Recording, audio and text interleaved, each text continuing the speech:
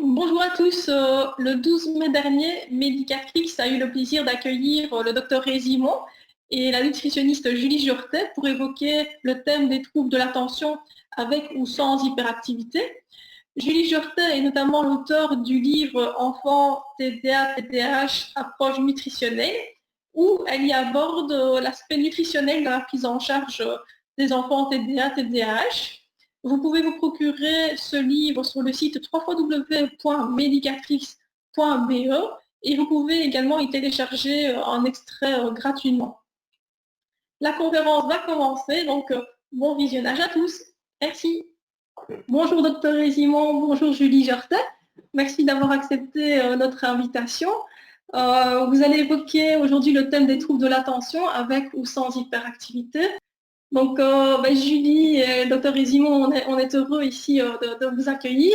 Le webinaire a suscité un intérêt important. On a reçu une centaine d'emails avec une centaine de questions.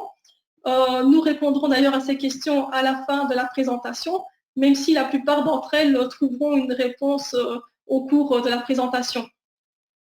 Donc, voilà, Julie, Dr Résimon, je vous propose de vous présenter avant de commencer la conférence à proprement parler. Honneur aux dames, peut-être, Julie, est-ce que tu veux bien te présenter? Oui, donc je m'appelle Julie Jurtet, donc je suis docteur en sciences biomédicales et pharmaceutiques.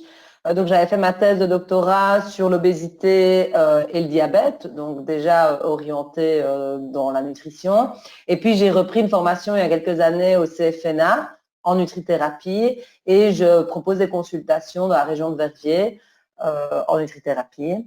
Et puis j'ai été invitée ce soir parce que je suis l'auteur du livre Enfants TDAH, approche nutritionnelle, qui est des éditions Marco Pieter. Et donc voilà, je remercie Sandra de m'avoir invitée et conviée ce soir. Merci. Alors, bonsoir, Anne Résimon, donc j'ai fait la médecine en 1985, spécialisée en ORL, plutôt chirurgicale, que je pratique toujours. Et très rapidement, pour des raisons très égoïstes d'activité sportive intense, je me suis intéressé à la nutrition et je me suis inscrit carrément au CERDEN ULB, avec à l'époque c'est le docteur Curté qui était le responsable. Et donc j'ai utilisé la nutrithérapie simplement pour moi, pour ma famille, mes amis. Et puis très rapidement, je n'ai pas pu me retenir de l'utiliser en consultation. Et au bout de quelques années, je me suis rendu compte qu'il manquait quelque chose de très très important, c'est l'aspect hormonal. Et puis j'ai fait les formations en hormonaux. Et actuellement, je fais ce boulot de nutritionniste, nutrithérapeute. J'ai un médecin fonctionnel à quasi 2/3 temps. Le reste, c'est le reste de l'esthétique. Mais néanmoins, ma pratique de médecine fonctionnelle ressurgit dans toutes mes consultations. Voilà, qu'on a une technique aussi géniale entre les mains, on ne peut pas se passer de l'utiliser. Voilà. Ok, merci. Merci tous les deux. Je vous propose de commencer, d'enchaîner directement avec la présentation. Notamment, c'est le docteur Résimon qui va débuter avec des témoignages et des cas cliniques. Voilà, merci. Alors ici, des cas cliniques. En fait, ce qui se passe, c'est que j'invite souvent les patients de m'envoyer un petit témoignage, mail, dans les 2-3 semaines qui suivent la première consultation, pour demander comment ils vont par rapport à toutes les plaintes de départ. Et ici, j'ai pris un cas clinique assez typique. C'est une maman qui m'envoie un petit mail. Comme convenu, voici un retour concernant l'état de santé de Nathan, après plus ou moins un mois de traitement, 14 ans, diagnostiqué TDA-TDAH, il y a plusieurs années. À mon grand regret, il a pris la rilatine, 20 mg de retard, donc les parents savent que c'est mauvais, mais bon, elle est poussée par les neuropédiatres et autres, ils le donnent quand même. Donc moi, je ne donnerai pas personnellement, mais c'est un avis très personnel, la rilatine étant une amphétamine, je ne donnerai pas de l'ecstasy tous les jours à mes gosses. C'est l'ecstasy, ça crame les neurones, on en reparlera plus tard. Et puis voilà, il a pris depuis des années, et le pauvre gosse, il arrête de grandir, effet secondaire classique, arrêt de croissance. Parfois, il y a des effets secondaires encore plus terribles chez les enfants. Et puis elle avait dit, maman, on a eu la chance de croiser votre route, donc je lis son témoignage. Et donc, dans un premier temps, adaptation alimentaire stricte, donc moi je suis assez, entre guillemets, chien pour ça. Si le patient qui vient chez moi pour un burn-out, trop de poids, pas assez de poids, dépression, hyperactivité, qui n'arrête pas le gluten, les produits laitiers et les sucres en excès, je ne le veux plus voir en consultation. Donc il y a des parents qui ont un gosse hyperactif, si les parents les nourrissent au Choco Pops, à l'avoine ou au tartine choco le matin, je les engueule copieusement, ça me vaut parfois mais bon, je veux dire voilà, ça passe ou ça casse. Et donc soit je vais donner quelques compléments dont on va parler dans la présentation, dont le neuro-AD. Et un mois après, la maman me dit, voilà, il a pu arrêter la rilatine progressivement. À l'école, ils sont très très étonnés. Il commence à sympathiser avec les enfants de sa classe. Il va même chez les pompiers tous les samedis pour faire des examens, donc pour pouvoir être pompier volontaire. Et puis la maman me dit, voilà un beau pied de nez à tous ces psychologues et neuropédiatres qui voulaient le mettre sur rilatine. Et résultat, il a déjà grandi, il a déjà repris sa croissance. Et on remercie. Voilà. Donc ça, c'est un cas assez typique. Alors, ça marche pas toujours aussi bien, aussi vite, mais c'est quand même, en général, dans les premières semaines de reprise de l'alimentation correcte, non inflammatoire, on a ce genre de situation. Déjà sans les compléments. Avec les compléments, évidemment, c'est beaucoup plus incisif. Voilà. Donc ici, moi, je vais vous mettre un peu des chiffres et voir comment on diagnostique les enfants TDAH. Donc ce trouble toucherait en fait 5 à 10% des enfants d'âge scolaire et serait plus souvent diagnostiqué chez les garçons que chez les filles. Alors actuellement, on entend un peu tous les parents dire que leurs enfants sont hyperactifs, donc il faut éviter de parler trop vite d'hyperactivité. Tout ce qui bouge n'est pas hyperactif.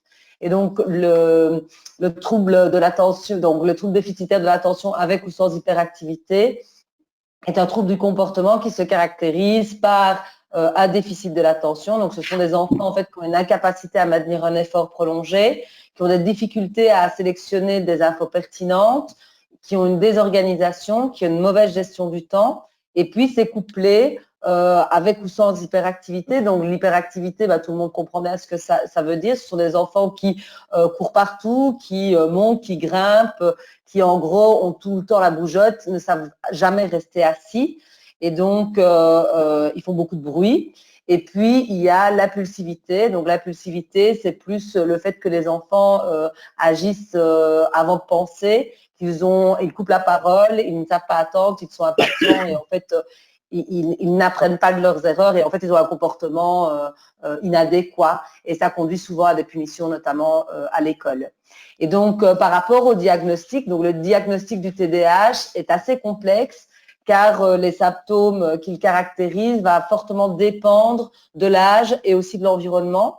Et donc, pour évoquer le diagnostic du TDAH, il faut que les symptômes persistent pendant 6 mois et que ça ait une répercussion aussi bien au niveau de la vie sociale, au niveau de la vie scolaire et de la qualité de vie de l'enfant.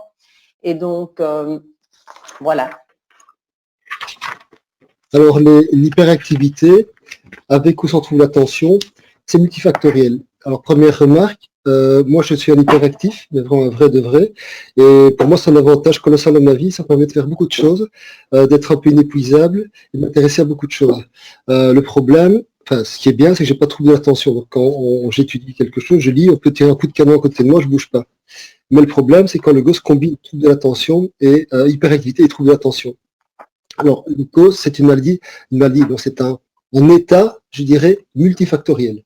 Et moi, je m'occupe beaucoup de fibromyalgie, d'Alzheimer, etc.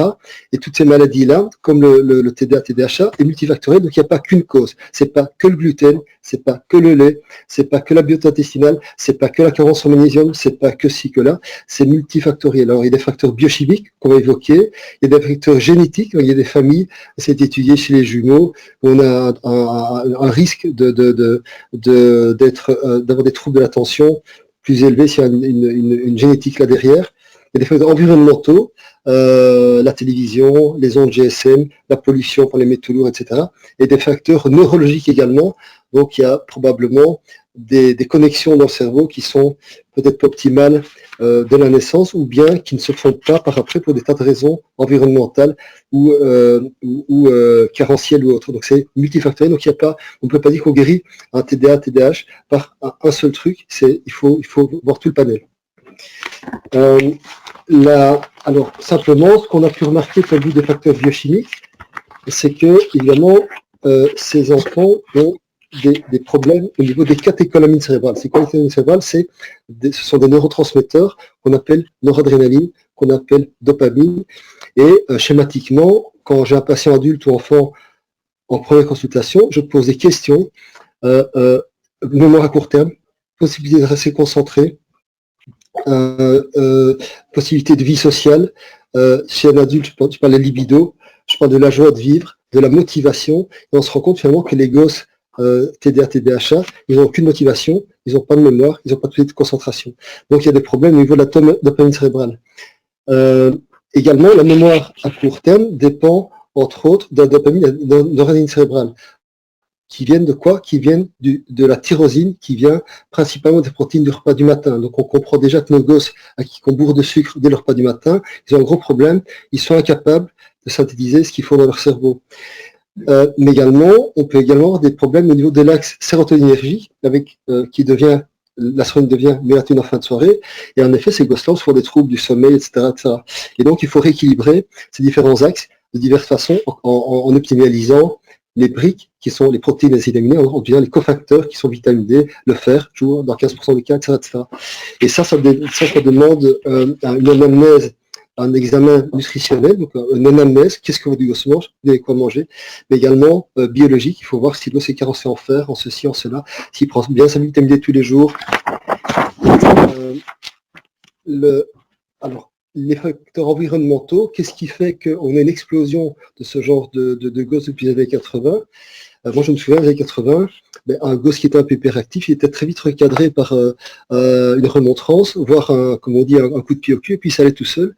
Maintenant, ça devient bien plus compliqué que ça. Et donc, on a un problème déjà, statistiquement, on a déjà une association de ce problème avec les vaccins.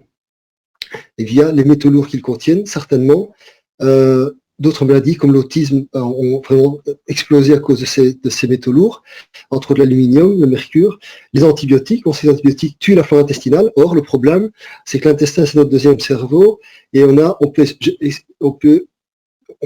estime que 80 à 90%, 90% pour les Français, de la sérotonine vient de l'intestin, deuxième cerveau, et que la dopamine, on estime que c'est 60% de l'intestin, et le GABA, qui fait qu'on est cool, calme, je dors bien, je suis pas énervé, je suis pas stressé, vient au moins à moitié de l'intestin.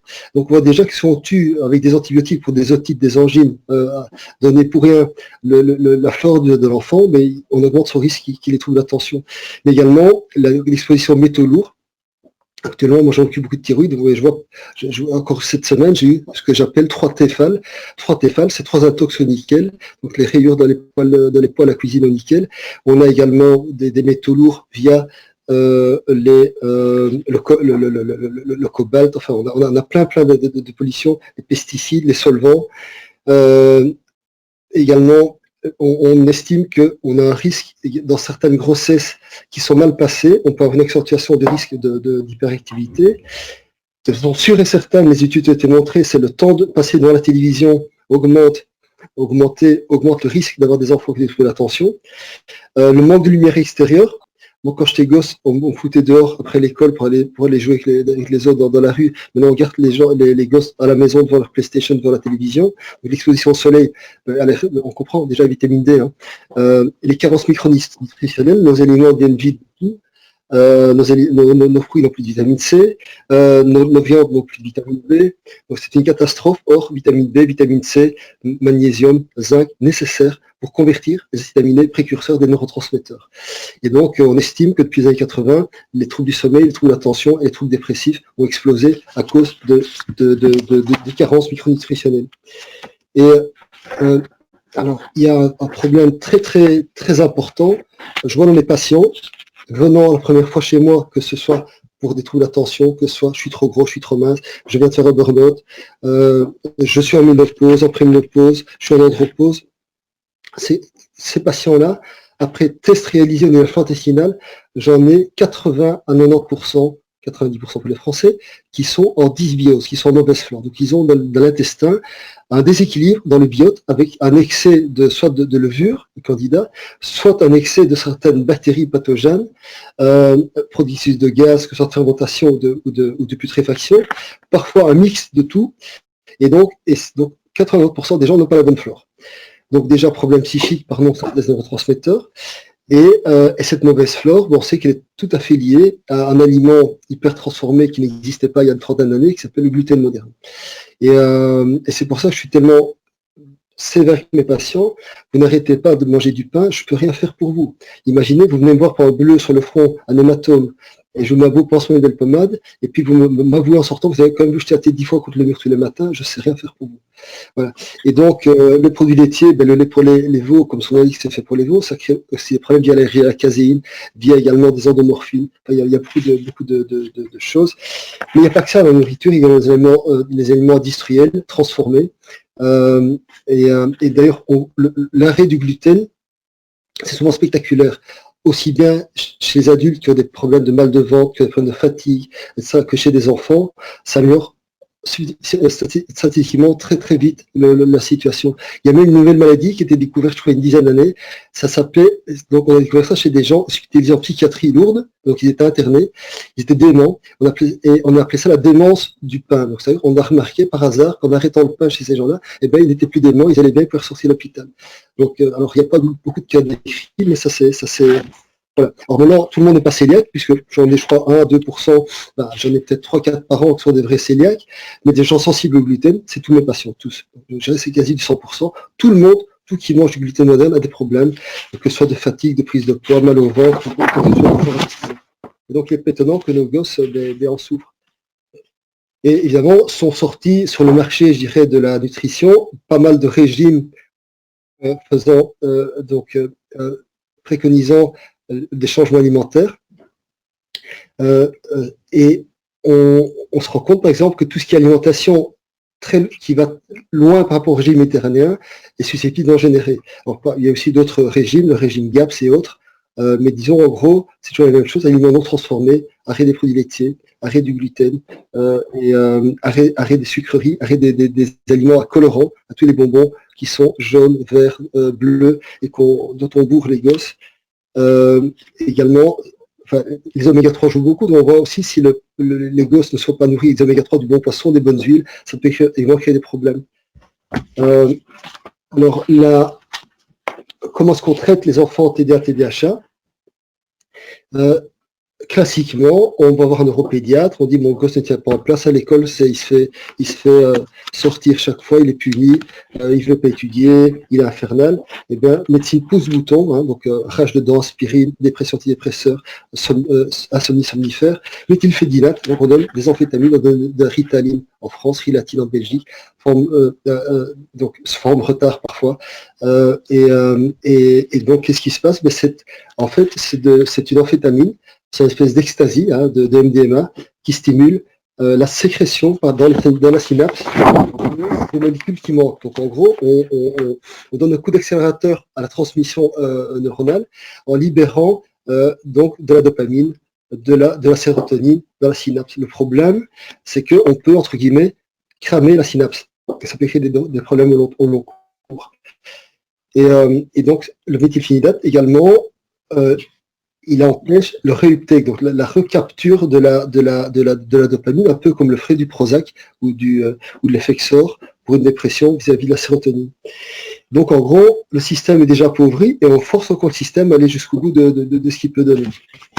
Et donc il serait beaucoup plus judicieux, je trouve, de donner les briques qu'il faut au gosse pour faire sa dopaminergie plutôt que de stimuler, de pousser sur l'accélérateur à fond pour que ces neurones veuillent bien en libérer. Et le problème du méthylphénidate, cette amphétamine, c'est que, je peux comprendre que pour s'amuser un soir, on en prenne, mais pas donner ça aux gosses tous les matins. Effet secondaire, perte d'appétit. Ben oui, les enfants, en fait, ça coupe l'appétit. Hein, c'est dont on se servait il y a très longtemps pour faire maigrir des femmes qui étaient en demande d'amaigrissement. Hypertension, ça peut arriver même chez les gosses, des poussées hypertensives. Tachycardie, mais ça c'est quasi systématique puisque les amphétamines donnent un effet d'accélération du métabolisme. Perte de poids, ben oui, c'est pour ça pour maigrir. Les céphalées, arrêt de la croissance, c'est quand même des choses qu'on voit assez régulièrement. Dépendance, alors moi je suis pas surpris parce que je me dis c'est comme ça, mais j'ai des adultes de 30, 35, 40 ans qui viennent me voir, bien que vous prenez comme médicament Rilatine. Donc j'ai des adultes qui prennent de la Rilatine comme les gosses hyperactifs. Et d'où ça vient? Écoutez, voilà, quand j'étais gosse, hein, trouble d'attention, à un moment donné, et je trouve que ça marche tellement bien que je continue. Donc, ils sont devenus addicts, dépendants de la rélatine. Et dans mon expérience d'hormonologue, je peux assurer que 100% de ces adultes dépendants des amphétamines, dont la rélatine, ce sont des adultes qui sont soit en manque de cortisol, soit en hypothyroïdie. Donc on a traité une déficience bien spécifique surrénalienne ou thyroïdienne par des amphétamines en fait. Voilà. Ce qui est scandaleux. Alors également des gosses qui deviennent plus agressifs, hallucinations, dépression.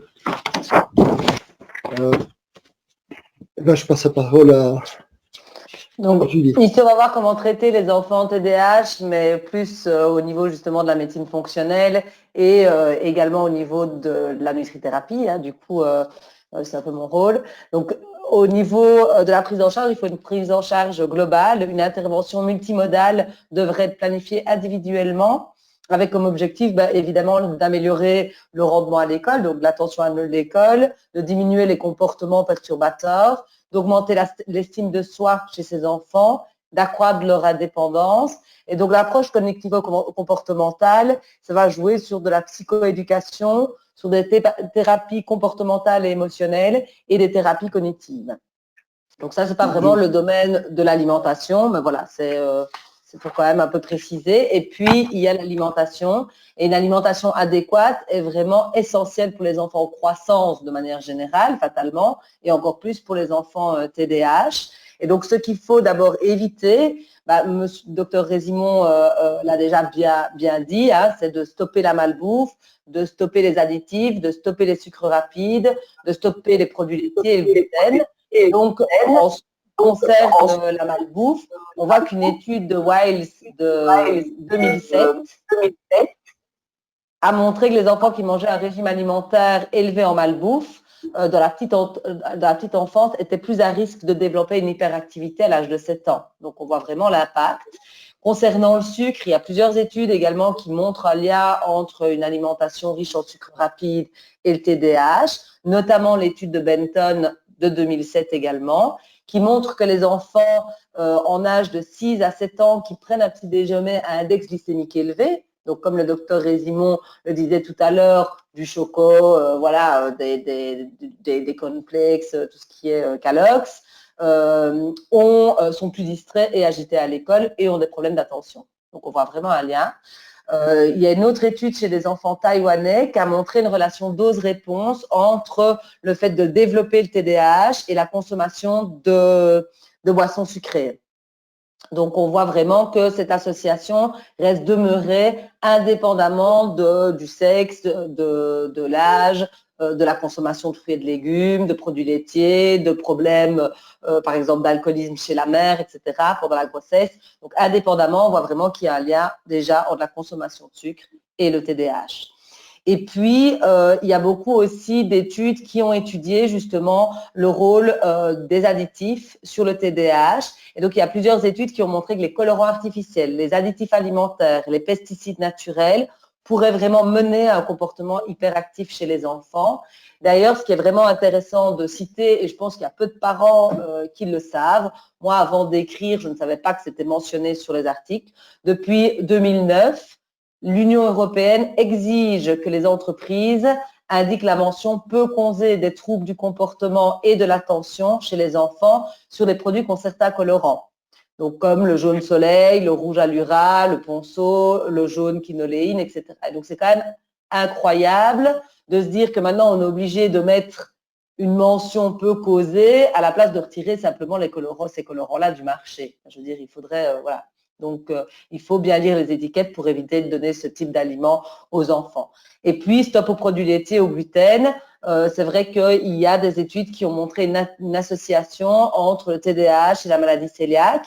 Et puis, comme le docteur Résimon l'a dit précédemment, et je l'expliquerai aussi un peu plus loin dans la conférence, un déséquilibre de la flore intestinale a un impact clairement sur le bon fonctionnement du cerveau et les produits laitiers et le gluten sont des aliments qui sont une des premières causes de déséquilibre au niveau intestinal. Donc vraiment, il faut y faire attention. Là, il faut le stopper. Au niveau de ce qu'il faut favoriser à côté de l'alimentation, il y a l'exercice physique. Donc en fait, l'exercice physique, ça augmente l'activité cérébrale et ça module également le système des neurotransmetteurs et donc ça va améliorer la mémoire, la concentration et l'apprentissage chez les enfants. Et donc il y a des études, une notamment de 2003, qui montrent vraiment une corrélation positive entre l'activité physique et cette catégorie de performance cognitive. Donc on voit vraiment un lien entre l'exercice physique et le cognitif.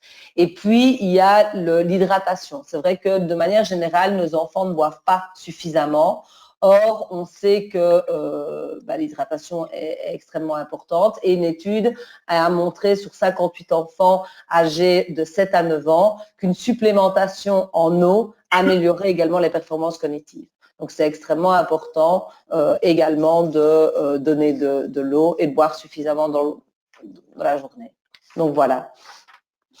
Au niveau de la chrononutrition, je passe la parole au docteur Résimon. Voilà, pour la chrononutrition, je vous raconte un peu comment se passe une consultation où j'ai monsieur et madame Dupont qui viennent avec la petite Noémie qui a des troubles d'attention.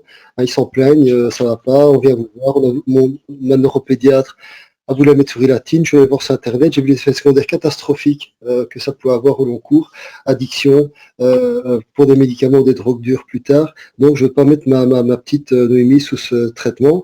Et je suis venu voir pour un avis en nutrition. Et puis la première question que je pose, qu'est-ce que vous donnez à Noémie à manger tous les matins?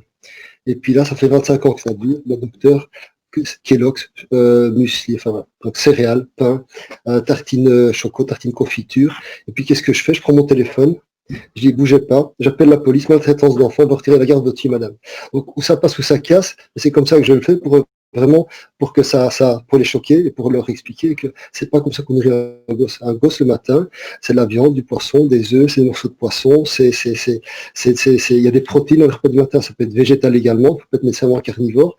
Et parfois, les gens me disent, mais docteur, quand on retire le pain, quand on retire le lait, qu'est-ce qui reste à manger? Il reste 11 000 autres aliments à manger sur Terre. Donc, il faut être un peu inventif. Alors, dans la présentation qui va vous être envoyée, vous aurez des petites photos de petits déjeuners. Mais il y a des centaines de milliers de petits déjeuners possibles. Il faut sortir du schéma céréales, pain le matin, et au moins de manger 10 000 autres choses. Si on n'a pas le temps, on fait plus à manger le soir, on mange la même chose le matin. C'est vraiment très simple. Alors, d'un point de vue chrononutrition, il faut savoir que la tyrosine, c'est un acide aminé. Donc, on a beaucoup d'acides aminés qui sont des espèces de boules dans les chapelets de prière. Acides aminés, il y en a 3 qui font du muscle, il y en a un qui est la tryptophane, la tyrosine, enfin, il y en a plein. Et la tyrosine, en fait, c'est elle qui est le précurseur des hormones thyroïdiennes. Donc, elle rend la thyroïde, c'est assez idiot, ça fait T4 puis T3. Et donc, la thyroïde, c'est je la pêche, je brûle, le brûle, et voilà, on est très actif. On ne grossit pas, voilà. Tout va vite, le cerveau va vite, on bouge vite, on est actif. Quand on a une thyroïde qui est basse, on est un peu un diesel le matin, il faut 3 cafés, 2 Red Bull et d'autres choses pour se faire de son lit. La tyrosine, c'est assez que le cerveau ne prend pratiquement, si j'exagère, mais que d'un protéine le matin, elle sert également à faire la noradrénaline. Je la pêche d'énergie, mais dans le bon sens. Je ne suis pas endormi. Mais également la dopamine. Trouble d'attention, mémoire, concentration, motivation. Donc le pauvre gosse, imaginez, qui sort de chez lui, il a 8, 9 ou 10 ans, il a reçu son bol de Kellogg's le matin, donc il a reçu du sucre et du gluten, il arrive à l'école, il pète un câble. Et là, au bout de quelques mois, on l'amène chez le neuropédiatre, on lui donne une amphétamine pour le calmer. C'est là où on en est actuellement. Et donc ça, c'est un message à faire passer aux parents. Le matin, c'est des protéines, c'est un festin, on mange protéines gras le matin. Maintenant, on a un autre souci, c'est que également, d'un point de vue neurotransmetteur, la sérotonine, c'est le bien-être. J'ai pas de compulsion glucidique vers 5 heures, je me jette pas sur le frigo le soir avec cette boulimie, je suis cool, je suis pas intolérant à la frustration, c'est un caractère qu'on trouve souvent chez ces enfants. Et cette sérotonine vient du tryptophane. Et ce tryptophane, en fait, il est attaché à l'albumine, mais il vient des protéines du matin aussi. Donc quand on mange non protéines le matin, on n'a pas de dopamine, on n'a pas de sérotonine, donc on déprime. Et quand la sérotonine devient de la mélatonine, on dort pas, on s'endort pas et on chie toute la nuit. Et donc, ce tryptophane, il est pris protéines le matin essentiellement. Donc c'est très important, le petit déj protéiné, c'est capital. Maintenant, ces 2 briques qui sont tyrosine et tryptophane, il faut encore qu'elles deviennent les neurotransmetteurs, et pour ça, il faut plein d'autres choses, du magnésium, du fer, du zinc, etc. Et d'un point de vue, je dirais, micronutrition,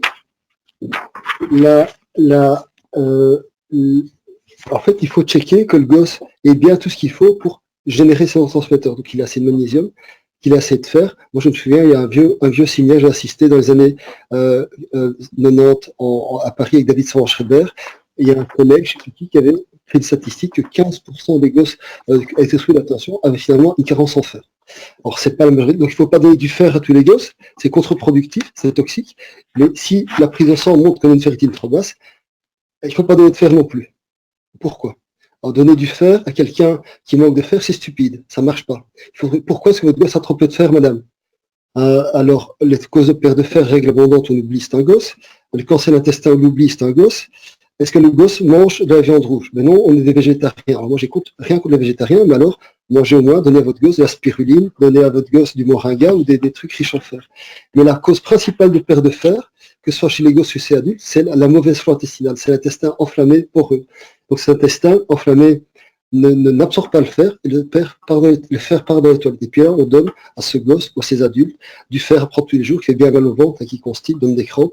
Et la dame ou le gosse aura pris dans 10 ans 5 kilos de fer pour rien. Il faut réparer l'intestin. Et réparer l'intestin, c'est stop produit laitier, stop gluten, stop le faux sucre, bien mastiquer, etc. etc.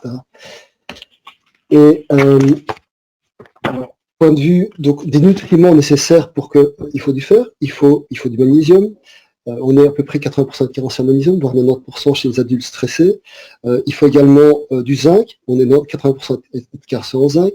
Il faut également du cuivre et de la vitamine C pour les catécholamines. Et également, il faut des acides gras, oméga 3. Alors les acides gras, donc les oméga 3, sont des acides gras qu'on tire du poisson gras, morue, flétan, sardine, anchois, saumon, et qu'on tire également des huiles oméga 3, qui peuvent être qui peut être du lin, colza, noix, noisette, calanus, etc. Et donc s'il n'y a pas assez d'acides gras, eh bien la paroi cellulaire est rigide, et le message ne passe pas dans le cerveau, ça bloque le cerveau. Et donc ça c'est hyper important, ces oméga 3. Donc il y a des familles où on ne mange pas de poisson parce qu'on n'y pense pas. On ne mange pas d'huile parce que les huiles, c'est chiant quand même. Et on prend de l'huile parfois on prend des huiles qui sont très mauvaises, hein, des huiles qui n'ont aucun intérêt en nutrition et les parents utilisent ça, l'huile de sueur par exemple, pour ne pas la citer. Et donc très important, moi je me souviens d'une étude qu'avait publiée David Servan-Schreiber il y a très longtemps, où il avait tiré d'affaires de dépression des adultes qui étaient résistants aux antidépresseurs simplement en leur donnant l'huile de poisson pendant 5 à 6 mois. Et puis au bout de 5 à 6 mois, il y avait pas mal qui guérissaient de leur dépression. Et donc il avait dit, génial, quand ça ne marche pas, pensez à l'huile de poisson. Voilà. Et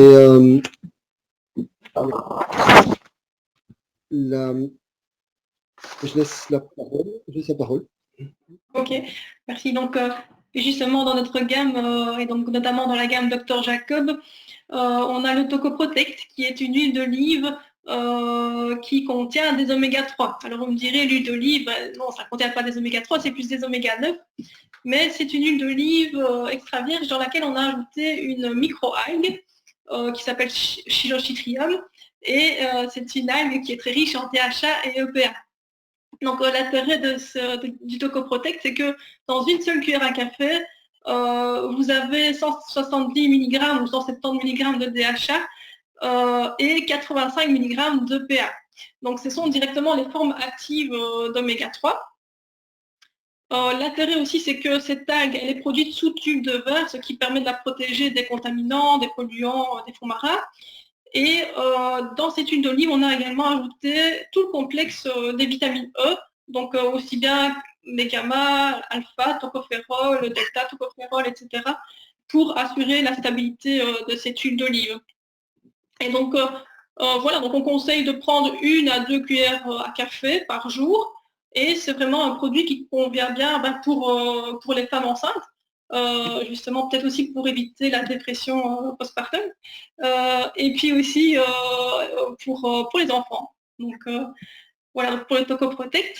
Et puis alors l'autre produit, c'est l'huile de calanus. Alors là, c'est une autre forme d'oméga 3. C'est de l'oméga 3 sous forme d'ester de cire. Donc le produit il s'appelle DHA EPA SDA marin. Donc c'est issu du calanus. Le calanus est un petit crustacé qui vit dans les fonds marins de l'océan Atlantique Nord. Et donc c'est un petit crustacé très pur. Et alors la forme d'oméga 3 qu'il contient, ce sont les esters de cire qui sont des oméga 3 qui sont digérés très lentement au niveau de l'intestin. Et donc, ça leur permet d'atteindre une zone plus éloignée au niveau de la testa que les autres formes d'oméga 3 n'atteignent pas. Donc, l'huile de poisson, l'huile de krill n'atteignent pas cette zone-là. Et donc, les esters de cire peuvent interagir avec un récepteur qui fait que les personnes qui consomment cette huile-là vont mieux métaboliser les graisses et les sucres de l'alimentation.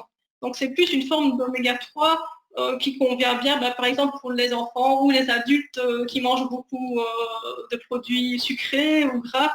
Voilà, ça peut aider un peu voilà, en cas de foie gras, en prévention de diabète de type 2, etc. Mais voilà, donc du coup... Le magnésium, donc maintenant je vais un peu parler du magnésium. Donc le magnésium, c'est un activateur d'environ 300 enzymes. La carence en magnésium peut entraîner une hyperactivité, une nervosité, une fatigue, de l'insomnie.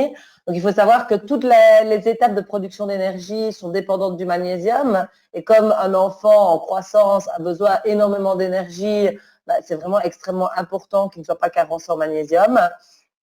Et puis, il y a plusieurs études qui ont testé une supplémentation en magnésium chez des enfants atteints de troubles déficitaires de l'attention. Et notamment, il y a les travaux du docteur Moussa Bosch et ses collaborateurs qui ont montré qu'un traitement de 8 semaines avec du magnésium et de la vitamine B6 permettait de diminuer les symptômes d'hyperactivité, d'hyperémotivité, d'agressivité et améliorer également l'attention de ces enfants à l'école. De plus, ces travaux montraient en fait que les taux érythrocytaires de magnésium étaient plus bas chez les enfants TDAH par rapport au groupe placebo. Donc, c'est extrêmement important de le dire. D'ailleurs, lorsqu'ils ont arrêté la supplémentation après 8 semaines, on voit que les symptômes réapparaissent et on voit conjointement une nouvelle baisse du magnésium érythrocytaire. Et donc, en fait, le magnésium au niveau des enfants TDAH pourrait agir via ces interactions, et le docteur Résimon en a déjà parlé tout à l'heure, via ces interactions sur les neurotransmetteurs qui sont importants justement et qui sont liés au TDAH, comme on a dit tout à l'heure, la dopamine et la sérotonine. Et puis, le magnésium est également connu pour inhiber les récepteurs NMDA qui sont des récepteurs excitateurs. Donc, ça peut avoir un intérêt également dans ce sens-là. Et ça augmente aussi le GABA. Donc voilà, c'est ces mécanismes-là qui pourraient expliquer l'efficacité du magnésium dans les troubles de l'attention. Et laisser la parole à Sandra pour parler du Cognimag, qui est le complément de qui est un bon complément de magnésium chez Natura Medicatrix. Donc, le Cognimag, son avantage, c'est qu'il contient une forme assez spéciale de magnésium, qui est l'acétyltaurinate de magnésium.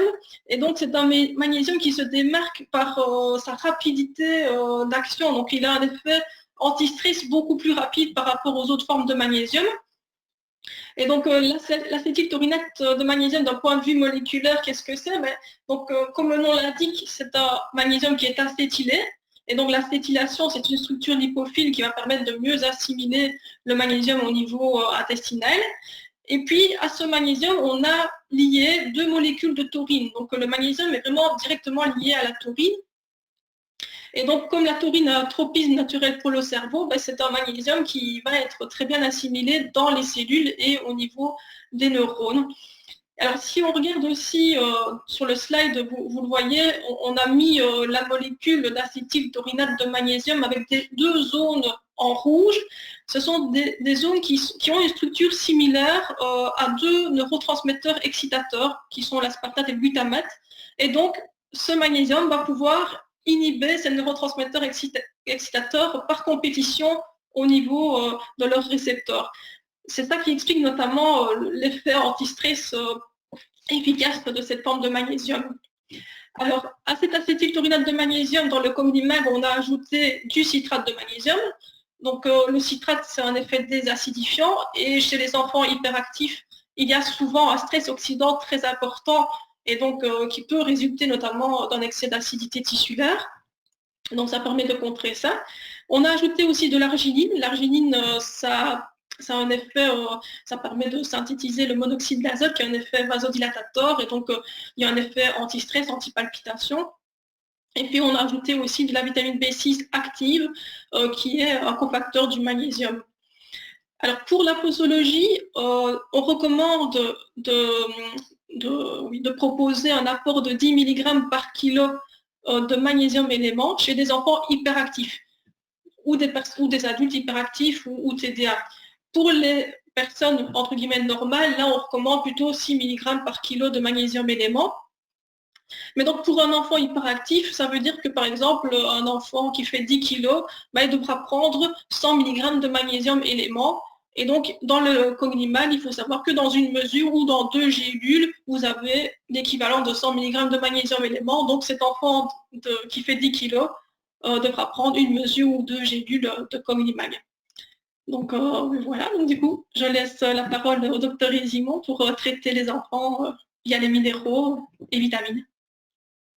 Donc, de nouveau, petit rappel. Donc, pour protéines le matin, c'est bien, mais il faut, pour que ça puisse marcher, il faut un bon taux de fer, à vérifier par biologie, un bon taux de zinc. Le zinc, on peut en donner sans biologie, il n'y a jamais de surdosage.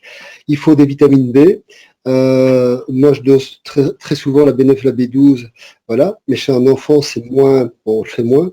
Il faut la vitamine D. Donc, il faut savoir que la vitamine D, c'est un énorme problème. Si le gosse ne se fait pas au soleil tous les jours de l'année, il doit avoir les vitamines D tous les jours.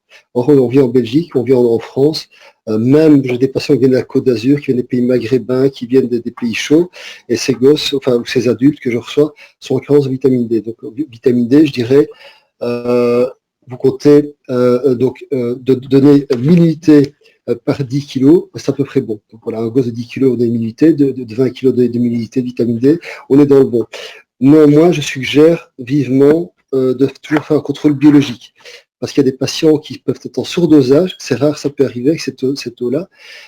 Et par contre, il y a des patients qui ont génétiquement une malabsorption de la vitamine D, chez qui il faut monter beaucoup plus haut.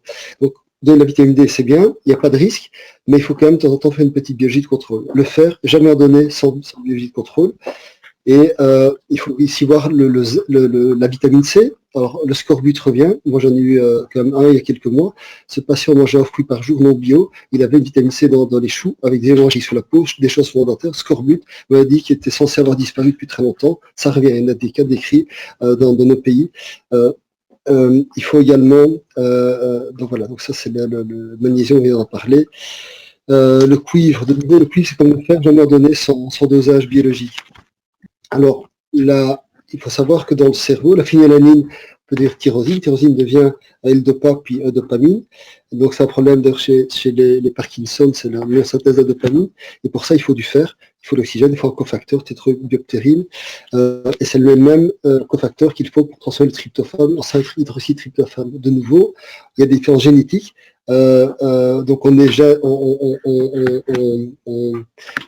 on intègre les gènes que nos parents nous ont donnés, et donc il y a des familles de dépressifs, il y a des familles, ils suicident tous à 30, 40 ans, hein, j'exagère, mais et donc ils ont génétiquement un déficit de transformation du tryptophane en 5-HTP, donc, et puis en sérotonine-dopamine, et donc ces familles-là, ils doivent être boostés, on doit leur donner du 5-HTP à mégadose, du tryptophane, puis tout les cofacteurs pour ne pas se trouver pendus comme les autres, je dirais à 30, 40 ans, j'exagère. Et donc aussi des gosses, génétiquement, des déficiences enzymatiques qui font que le papa il trouve l'attention hyperactif, son frère aussi, lui il est également, et donc il faut pouvoir repérer ces patients-là et oser donner des compléments en surdose. Hein, c'est comme la B9, donc certains patients ont besoin de mégadoses de compléments pour bien fonctionner parce qu'ils ont malheureusement hérité de gènes inadéquats. Donc il faut générer un gros transmetteur. Et je laisse la parole. Pour le fer. Le fer. Alors, oui, donc éventuellement, le docteur Jacob a formulé un complément alimentaire de fer liposomal. Bon, voilà, si la prise de sang montre qu'il y a un déficit, bon, en attendant peut-être de rééquilibrer l'assimilation, voilà, donc ici, donc c'est un fer qui est entouré d'un liposome, donc ce qui permet d'améliorer son assimilation au niveau intestinal. Et donc, voilà, l'intérêt, c'est que aussi au niveau du goût, c'est un très bon goût de menthe, c'est fruité, contrairement aux compléments alimentaires habituels qui ont un goût de fer pas très agréable. Et puis aussi, c'est très bien toléré au niveau intestinal, étant donné ces structures liposomales qui augmentent l'assimilation. Et donc, voilà, il faut prendre 1 à 2 mesures par jour, ce qui apporte 7 à 14 mg de fer éléments par jour. Si je peux ajouter quelque chose. Donc évidemment, moi quand je tombe sur un patient enfant adulte qui a une ferritine effondrée, je trouve la cause. Imaginons dysbiose, je traite la dysbiose, mais en parallèle, c'est clair que je donne du fer. Alors c'est soit du fer végétal, soit le liposomal. C'est vrai qu'il fait, on appelle les effets secondaires de certains fers qui sont non supportés par la majorité des patients. C'est le temps de remonter ce fer. Évidemment, ce fer, on ne peut pas laisser à vie. Dès que les taux sont bons, que l'intestin est réparé, c'est ça. Ouais, merci. Merci pour la précision. Julie, je te lance. Donc maintenant, je vais parler un petit peu des acides aminés aussi qui peuvent jouer un rôle chez les enfants TDAH, et notamment il y a la L-théanine.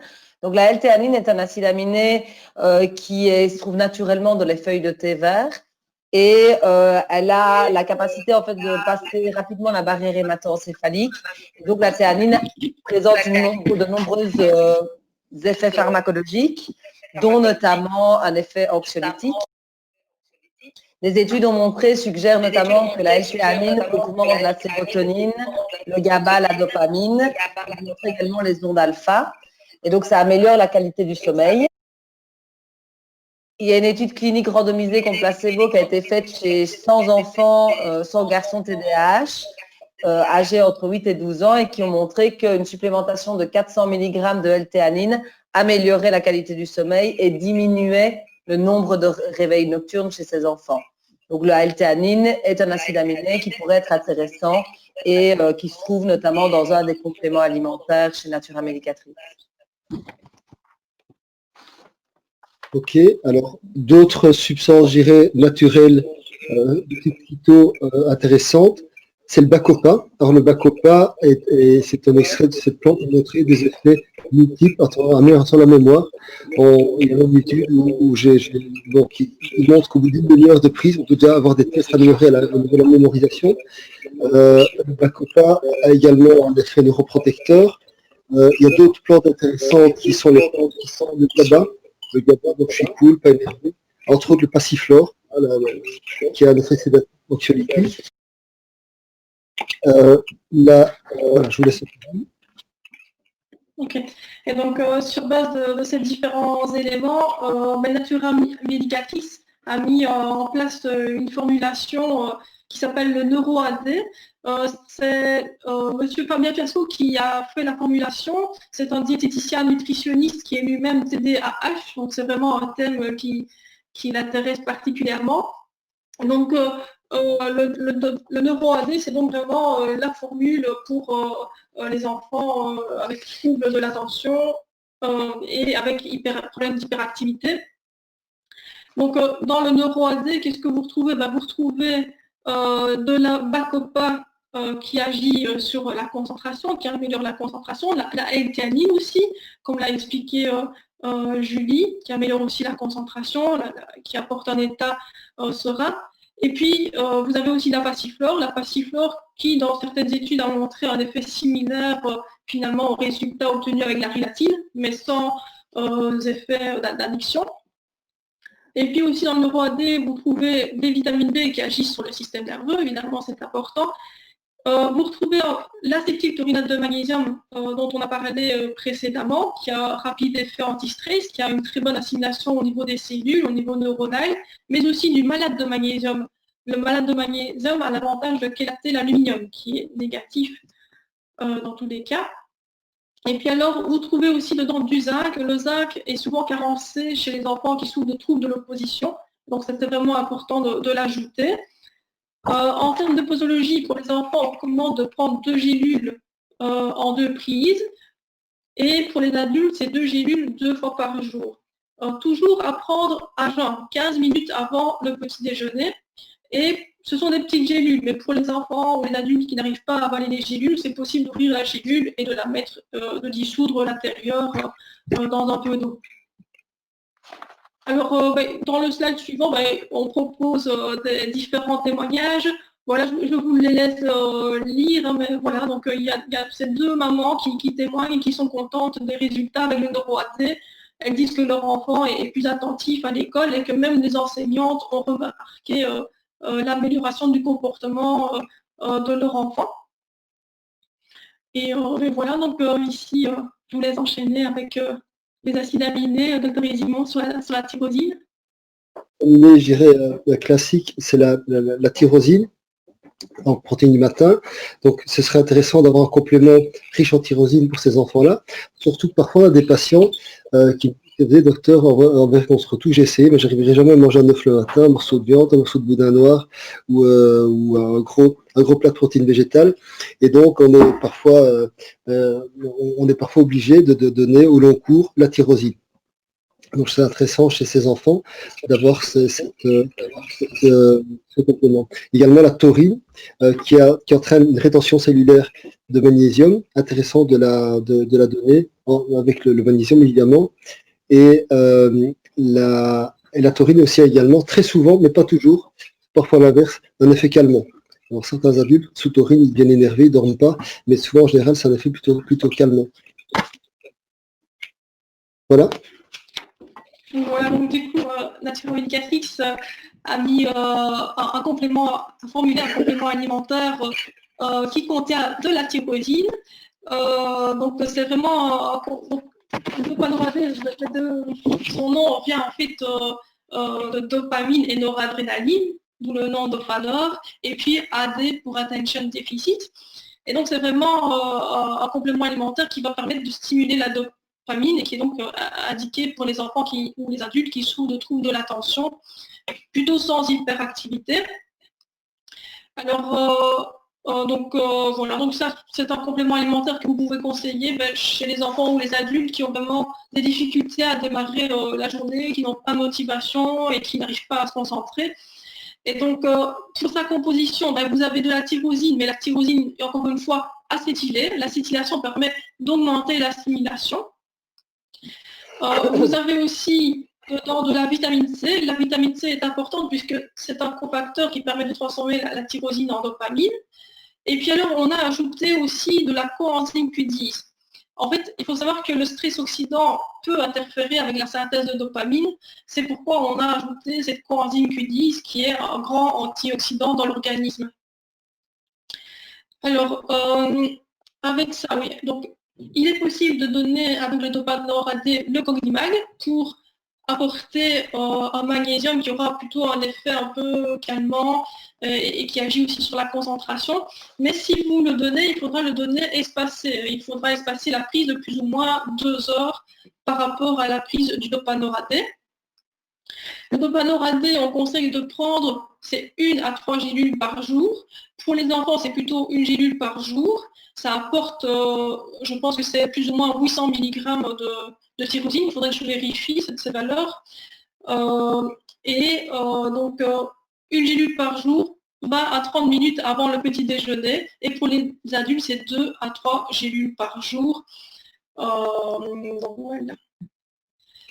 Voilà, donc du coup, Julie, je t'en prie. Oui, donc voilà, un des derniers points sur lequel il faut assister et sur lequel on a déjà pas mal assisté finalement tout le long de la conférence, c'est l'ATESTA. Et donc, il y a de plus en plus d'études qui montrent que l'importance d'avoir une bonne flore intestinale pour avoir un bon fonctionnement cérébral. Et donc, qu'est-ce qui peut, on a déjà répondu plus ou moins à la question, mais qu'est-ce qui peut entraver justement et perturber notre ATESTA? Ça va être une alimentation déséquilibrée, donc trop de sucre, trop de graisse. Ça va être, comme on l'a dit tout à l'heure, certains produits comme les produits laitiers, le gluten. Ça peut être aussi une carence en zinc, ça peut être une carence en vitamine D, ça peut être le stress. Donc, du coup, le rôle du magnésium a un impact aussi là-dessus parce que ça joue sur le stress. Et ça peut être aussi une prise trop importante d'antibiotiques, et ça, le docteur Isimon l'a dit précédemment. Et donc, on voit qu'il y a eu une association, en fait, entre le développement du TDAH et le nombre de fois où l'enfant, dans sa petite enfance, a eu des otites et a été soumis à des antibiotiques. Et donc, il faut effectivement savoir que la prise d'antibiotiques, ça élimine toute la flore intestinale. Et donc, il est extrêmement important de prendre des probiotiques pour reconstituer sa flore après la prise d'antibiotiques et de travailler sur son intestin de manière générale en ayant une bonne alimentation. Et donc, des études ont vraiment mis en avant que les probiotiques peuvent être utiles chez les enfants TDAH qui ont des symptômes atopiques, des parasites ou une dysbiose intestinale. Donc, c'est vraiment quelque chose qui doit vraiment être un enfant qui arrive avec une hyperactivité et des problèmes intestinaux. Il faut vraiment ne pas négliger cette problématique. Donc voilà, donc je laisse Sandra présenter les produits qui pourraient aider au niveau intestinal. Alors, chez Natura Medicatrix, dans la gamme pour agir au niveau intestinal, on a notamment la L-glutamine. La L-glutamine, c'est un acide aminé qui va plutôt agir sur les cellules intestinales, donc sur les entérocytes, et qui peut permettre de diminuer les problèmes de perméabilité intestinale. Donc, dans le L-glutamine, vous avez 550 mg de L-glutamine par gélule, et donc on recommande de prendre 1 à 2 gélules par jour, 15 minutes avant le petit déjeuner avec une boisson tempérée. Et donc voilà, donc, ça c'est pour la L-glutamine. Alors les autres produits, on a donc des probiotiques. Et alors il y a 2 probiotiques différents. Donc le premier c'est le Lactipro Immunitum qui lui est plutôt recommandé dans les problèmes de diarrhée, de selles molles ou lors de prise d'antibiotiques. Donc le Lactipro Immunitum contient des lactobacilles et des bifidobactéries. Et en plus, un extrait de feuilles de framboisier. Les feuilles de framboisier, c'est un effet astringent, donc ça absorbe l'eau des selles et ça permet d'augmenter la consistance des selles et de diminuer les problématiques de diarrhée. Il faut prendre 1 à 3 gélules par jour. Si c'est en entretien parce qu'on a pris des antibiotiques, 1 gélule par jour peut suffire, mais par contre, si on a des problèmes de diarrhée, de selles molles, on peut prendre 3 gélules par jour, le temps que la consistance des selles se rétablisse. Et puis alors repasser à 1 ou 2 gélules par jour. Et puis l'autre produit, c'est le Transit Succès. Là, c'est l'association de prébiotiques avec des probiotiques. Et donc cette association est tout à fait intéressante parce que quand les 2 composants vont arriver au niveau intestinal, eh bien, les probiotiques vont se nourrir du prébiotique et fabriquer du butyrate. Les probiotiques vont fabriquer du butyrate. Et le butyrate, ça huile la muqueuse intestinale, ça stimule le péristaltisme intestinal et donc ça permet de régulariser les selles en cas de constipation ou en cas de selles dures. Et donc là, il faut prendre 1 sachet ou 2 sachets par jour en 2 prises. Donc là, il faut voir, il faut s'adapter en fonction des résultats obtenus. Et alors, pour ces 2 produits, les probiotiques sont toujours protégés par une microcapsule Integricaps. Donc, c'est une microcapsule qui protège les probiotiques des sucs gastriques et des conditions environnementales délétères. Et donc, on assure avec cette microcapsule minimum 80% des probiotiques qui arrivent intacts et vivants au niveau de la flore intestinale. Et alors, ici, du coup, oui, je vais enchaîner directement avec 2 autres produits. En fait, oui, chez les enfants hyperactifs, souvent, il y a des problèmes de sommeil. Et donc, chez Natura Medicatrix, on a 2 produits qui peuvent aider à l'endormissement et à diminuer le temps pour s'endormir. Le premier, c'est la mélatonine. Donc, il y a des études qui ont montré, il y a 2 études qui ont été faites chez des enfants atteints de TDAH qui montrent que la prise de mélatonine permet de diminuer le temps d'apparition du sommeil et augmenter le temps de sommeil. Et puis alors, on a également le neurosène. Là, le neurosène, c'est assez particulier parce qu'il contient du lactium. Le lactium, c'est un peptide qui est obtenu par les bébés lorsqu'ils digèrent le lait maternel. Et c'est ça qui apporte l'état serein et apaisé des bébés après la tétée et qui font qu'ils s'endorment. Donc, le lactium, c'est un composant qui a été sujet aussi d'études cliniques qui montrent que ça diminue le cortisol. Donc, ça a aussi un effet anti-stress. Et ça diminue également la tension artérielle. Donc, en cas de problème d'hypertension, c'est aussi intéressant. Donc, c'est un produit qui va apporter un état serein et c'est anti-anxieux. À ce lactium, on a ajouté le lactium qui a aussi un effet calmant en agissant sur la sérotonine, le GABA. On a ajouté aussi du magnésium sous forme acétyltaurinate de magnésium, sous forme citrate de magnésium et bisglycinate de magnésium. Donc là, plutôt pour agir comme cofacteur de la mélatonine et apporter un état serein pour la fin de journée. Et voilà, donc pour les enfants, on recommande de prendre une demi-mesure 2 fois par jour, toujours 15 minutes avant les repas. Et pour les adultes, c'est une mesure 2 fois par jour. Et voilà, donc résumons, je vous laisse ici la parole pour le bilan biologique. Suggérer une petite mise au point biologique, 2 remarques de cliniciens. Moi, j'ai déjà eu des gosses soi-disant TDAH qui étaient en fait bêtement hypothyroïdiens. Donc le pauvre gosse, il s'endort à l'école, il se fait taper sur les doigts, enfin on ne fait plus ça, mais on le faisait avant, et le pauvre gosse, il se dit, je vais sans arrêt sur mon bureau pour ne pas m'endormir à l'école, et en fait c'est une hypothyroïdie méconnue. Donc on va faire très attention à la thyroïde, ça touche également, l'hypothyroïde touche également des gosses, même des enfants après la naissance. Ma fille, elle a commencé à être hypothyroïde à l'âge de 4 ans et demi, donc c'est pas que des vieux adultes qui ont ça. Et il pensait chez les enfants qui bougent tout le temps pour ne pas s'endormir, tout simplement. Et un autre également, de penser également aux oxyures, aux parasitoses, qui fait que le gosse est un peu énervé sur sa chaise d'école. Et dernière remarque, avant d'attaquer la biologie, c'est que moi, le dopanor, donc la tyrosine, j'utilise parfois le soir. Et j'ai eu 2 patients cet après-midi qui avaient des syndromes de jambes sans repos la nuit et qui ont répondu spectaculairement à la tyrosine prise le soir. Donc je monte souvent jusqu'à 1 gramme, voire 500 mg à 1 gramme. Et donc ça dans les jambes sans repos, ça donne du dopamine également la nuit. Pour régler tous les facteurs. Alors prise de sang, quoi faire? Doser la ferriture. Faire un test inflammatoire pour voir si peut être fausse donc un CRP ultra sensible ou magnésium érythrocytaire. De nouveau, magnésium érythrocytaire, c'est un dosage qui est le plus fiable des dosages, mais de nouveau, si j'ai eu le cas tout à l'heure, 2 patients avec un magnésium érythrocytaire très très bas, aucun signe de manque de magnésium. Donc en fait, le temps que le sang arrive au labo, le magnésium est sorti du globule rouge, donc c'est taux bas de magnésium sans signe de magnésium, ça doit faire penser à une erreur de laboratoire, d'acheminement du sang. Le zinc, hyper important. Les folates érythrocytaires, la B12 également, bien que la B12, de nouveau, il y a des sujets de discordance sur les dosages de la B12. Et au niveau thyroïdien, la TSH, oui, mais ça n'a pas beaucoup d'importance, mais surtout la T3 libre. Or, beaucoup de médecins ne dosent que la TSH et voire la T4. Et ils oublient que l'hypothyroïdie actuellement n'est plus due à un manque de T4, mais due souvent à un manque de T3, par manque de transformation de la T4 en T3. Et alors, iodurie, sur urine du matin. Donc, ça sert à rien de faire des iodes sur 24 heures. Petit prélèvement d'urine du matin, un altodiode, et c'est un test très très fiable. On peut le faire sur 24 heures également.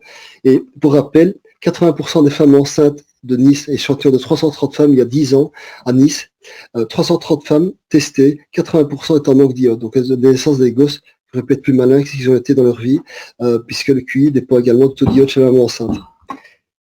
Voilà. Merci. Merci tous les deux, Julie, Dr Résimon. Je vous propose d'enchaîner directement avec les questions que nous avons reçues de plusieurs personnes. Ici, j'ai une première question peut-être pour le docteur Résimon. C'est une question de Carole et de Sandra. C'est justement concernant les normes biologiques. Là, elle souhaiterait connaître les normes biologiques à atteindre dans les analyses biologiques selon vos connaissances. Donc, est-ce que vous avez de mémoire les valeurs de chacun des éléments? C'est un sujet qui me passionne. Alors je reprends, je triche, hein, je regarde sur mon ordi parce que je ne retiens jamais les unités, etc. par cœur. Alors, en fait, il faut savoir que les taux figurant sur les feuilles de droite des biologies sont des taux statistiques. Donc, en gros, le labo doit faire ses normes quand il ouvre ses portes. Il convoque 500, 1000, 5000, 10 000 patients et il dit, toi, on va doser ta B12. OK, le patient tend son bras, on dose sa B12, on a ce qu'on fait une courbe de Gauss, et puis on coupe les 10% le plus bas, le plus haut, les 5%, et on dit, voilà, chez nous, ils sont entre ça et ça. Et donc, si vous avez un médecin qui dodeline, c'est-à-dire qui vous dit, votre B12 est là, elle est dans la norme, il faut vous lever à changer de médecin.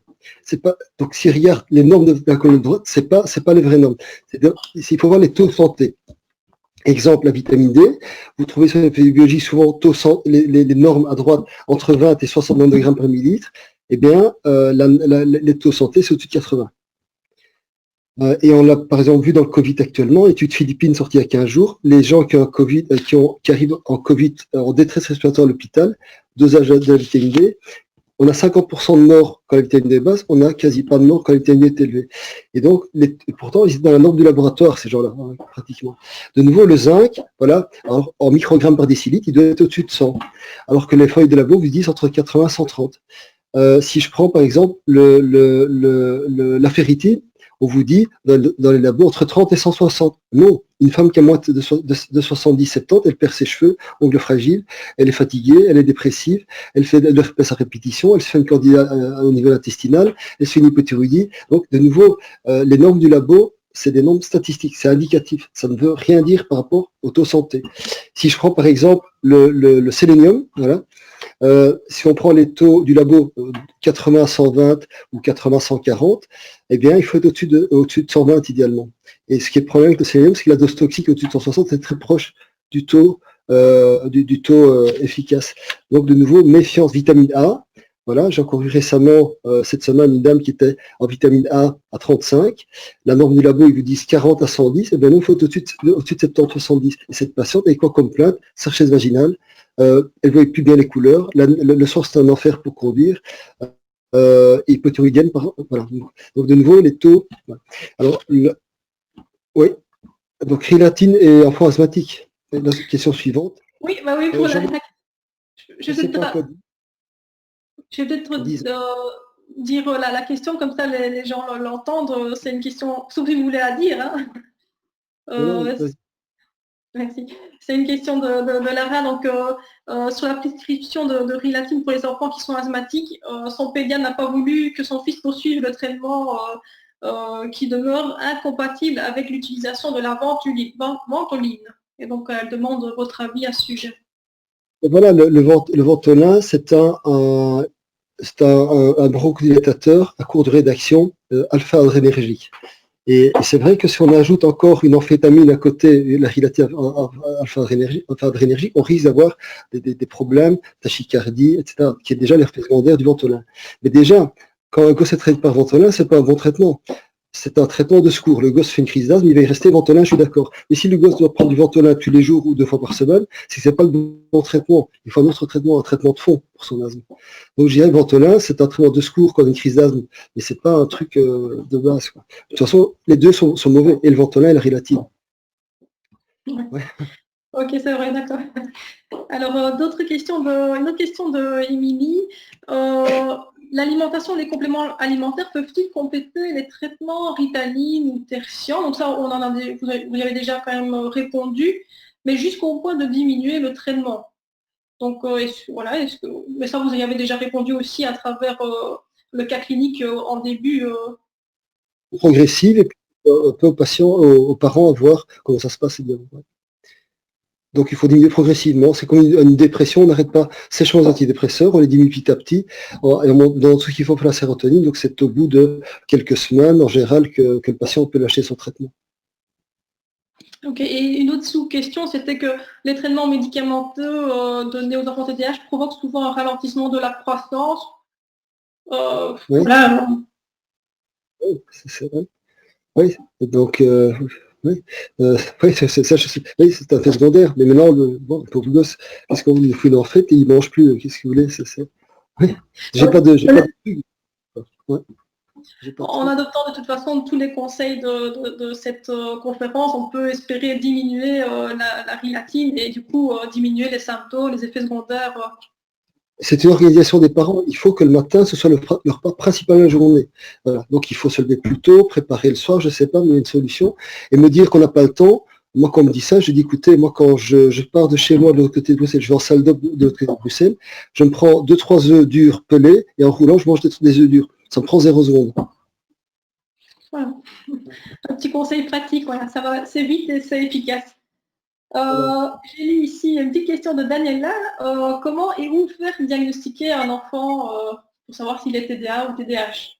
Oui, alors tout d'abord, c'est le médecin qui est la seule personne qui est vraiment habilitée à faire le diagnostic et je suis pas médecin. Donc, ce sont des pédopsychiatres, des pédiatres, neuropédiatres, psychiatres, etc. qui sont habilités à le faire. Pour avoir plus d'informations, en tout cas en Belgique, bah, il y a l'association, il y a un site internet de l'association TDAH. Vous avez ces informations-là et il y a une association aussi en France. Donc, je vous conseille d'aller voir sur ces sites-là pour avoir déjà plus d'informations et les personnes compétentes pour vous aider dans le diagnostic. Ok, merci. Ici, c'était une question, si l'un d'entre vous a l'expérience, c'est Babette qui demande, que pensez-vous des élixirs floraux en kinésio? Elle l'utilise et elle a des bons résultats. Est-ce que vous avez une expérience avec eux? Pas d'expérience. Non, moi je n'utilise pas non plus. Après, j'ai regardé, voilà, j'ai regardé un petit peu comme les fleurs de Bach, par exemple. Et c'est vrai que les fleurs de Bach sont souvent utilisées pour les troubles de l'humeur. Et il y a certaines fleurs de Bach qui sont conseillées pour les enfants TDAH. Donc voilà, si elle a des bons résultats, tant mieux qu'elle continue, je dirais. Oui, Voilà. effectivement. Ici, c'est une autre question de Nadia. Je la pose à Julie, mais docteur Résimon, après, si vous voulez compléter, hein, n'hésitez pas. C'est ici une dame, Nadia, qui a eu, elle demande si une grande peur de plusieurs mois pendant la grossesse peut expliquer un TDAH chez un enfant. Oui, alors les complications pendant la grossesse et l'accouchement ont évidemment un impact important. Et donc, du coup, j'ai été vérifiée sur PubMed, du coup, parce que j'avais les questions. Et effectivement, il y a une étude de Rodriguez de 2005 qui montre que l'exposition au stress pourrait être associée aux symptômes ultérieurs de TDAH chez les enfants et en particulier chez les garçons. Et une autre étude plus récente, donc de 2012, sur 142 enfants âgés de 6 à 12 ans, montre aussi que le stress maternel, pas matériel, maternel, pendant la grossesse est associé au développement ultérieur du TDAH. Donc effectivement, maintenant, ce n'est pas la seule cause. Hein. Je veux dire, c'est un facteur peut-être aggravant, mais voilà. Je ne sais pas si vous avez quelque chose à rajouter, docteur Résimon, par rapport à ça. Oui, oui, j'ai un vécu très proche, il y a des années, une maman enceinte de 6 mois qui s'est fait agresser dans la rue, enfin, violemment, pas de coups portés, mais un stress hyper important, et à la naissance, un gosse qui avait une agénésie du corps calleux, donc un trouble migratoire dans le cerveau, avec les connexions gauche-droite qui ne se faisaient pas, et j'étais revu à la littérature à l'époque, et c'était en fait décrit donc, comme quoi un énorme stress psychologique peut donner des troubles migratoires au niveau des tissus cérébraux, peut donner des mauvaises connexions, ça me semble, c'est logique. Quoi. Ouais. Merci. Merci. Ici, c'est une autre question de Lucie concernant votre avis sur le pycnogénol. Est-ce que ça peut être intéressant pour des enfants TDA ou TDAH et à quel dosage? Docteur Résimon. Alors, je l'utilise et j'avais trouvé une étude là-dessus, je crois il y a déjà 15 ans, donc d'un collègue américain, je viens de le mettre à l'écran ici, qui s'appelle le docteur Ward Dean, WRD puis DEAN. C'est un mec génial aux États-Unis. Il est toujours dans des traitements très, très particuliers, mais prouvés scientifiquement. Et donc le pycnogénol, donc extrait de pain marin, hein, on appelle le pain marin français, qui a plein d'autres effets. C'est un effet d'amélioration de la circulation au niveau de la microcirculation. Et donc c'est bien probablement la meilleure microcirculation au niveau cerveau qu'il a un effet au niveau du TDA-TDAH. Maintenant, je ne peux pas dire, j'ai pas d'expérience monstrueuse avec ça, j'ai prescrit quelques fois, mais c'est toujours prescrit dans un ensemble de choses. Donc je peux pas dire c'est grâce à ça qu'il va mieux ou grâce à ça. Mais le pycnogénol, alors maintenant la dose, donc moi je lis ici, dose sur les Américains, 1 mg par kilo par jour. 1 mg par kilo par jour. Ok, voilà. Merci. Donc, ici une autre question. Donc, oui. Donc, on ne peut pas faire de mal avec ça, ça a plein d'effets bénéfiques pour la santé, autres que la circulation. D'accord, merci. Alors, une autre question ici de Sabrina, peut-être aussi pour le docteur Résimon. J'aimerais savoir si les enfants sous le régime GAPS réagissent bien et s'améliorent en le suivant, ou faut-il autre chose en association? Alors, j'en sais rien, j'ai pas d'expérience. Je sais pas. Julie non plus, pas d'expérience. C'est vrai que c'est un régime qui est fort restrictif et vous l'expliquiez au début, enfin, je pense c'est... Par contre, dans le livre, effectivement, on montre, dans le livre sur l'approche nutritionnelle, on montre un effet. Mais moi, je ne l'ai jamais testé, mais voilà. Mais, il y a une amélioration. J'arrive en consultation, déjà à faire arrêter le gluten et le lait, j'ai gagné, enfin, je suis heureux. Si je dois aller vers des régimes plus restrictifs, ça devient vachement compliqué, hein. Mais je peux comprendre, en cas d'autisme, hein, Campbell, elle a promotionné ce régime qui semble, enfin, c'est pas qui semble, ça a des résultats spectaculaires.